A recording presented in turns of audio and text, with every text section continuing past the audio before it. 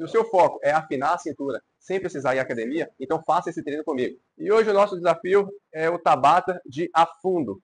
Como que vai funcionar? Tabata, 20 segundos de execução, 10 segundos de intervalo, o máximo de repetições que a gente conseguir dentro dos 20 segundos. Qual que é o exercício? Afundo, para trás, na direção do chão e volta. Para trás, na direção do chão e volta. Evita de fazer esse movimento para frente e descer pouco. Tenta descer o máximo que você conseguir. Então desce, volta, desce e volta. Colocando o máximo de velocidade. Fez 20 segundos, descansa 10. Fez 20, descansa 10. Vem comigo.